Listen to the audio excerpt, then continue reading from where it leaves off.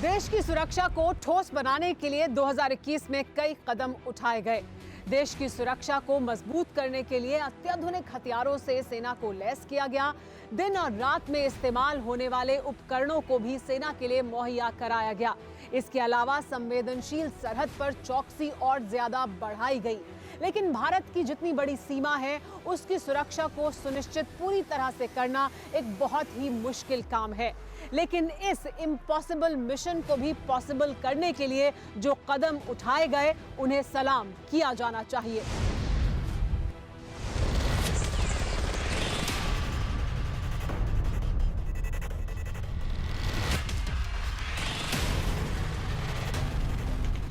सात अक्टूबर 2021, जम्मू कश्मीर।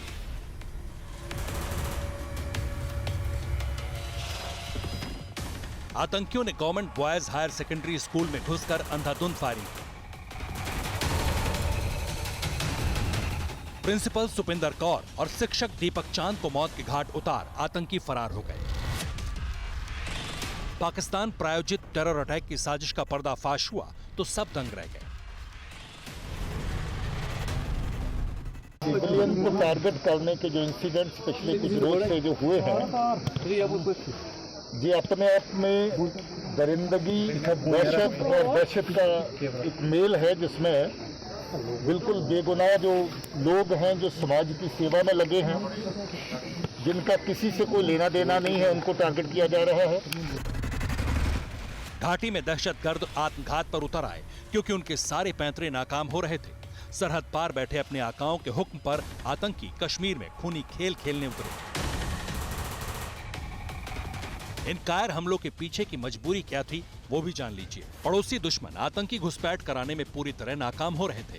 इसकी वजह सरहद की किलेबंदी थी।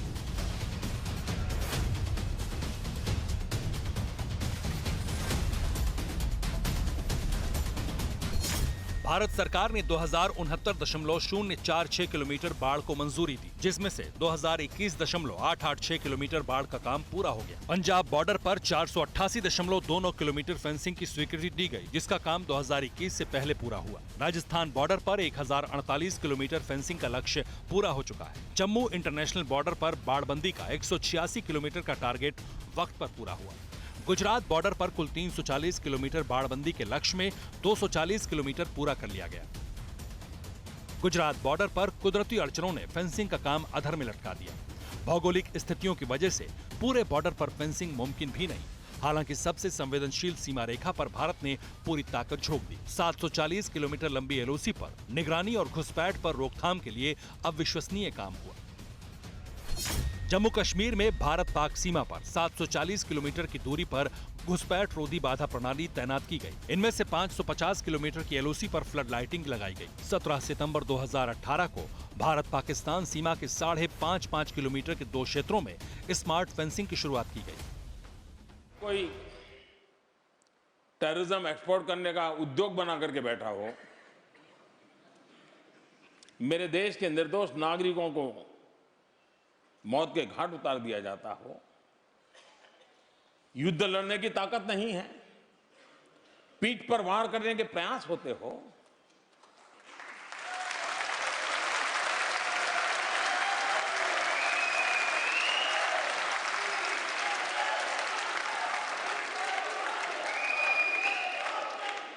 तो ये मोदी है। उसी भाषा में जवाब देना जानता है।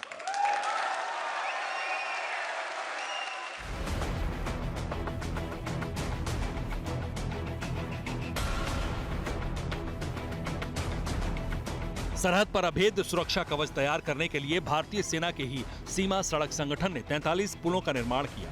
नदियों को पार करने और पहाड़ियों को लांघने के लिए कहां-कहां पुल बनाए गए, देखिए।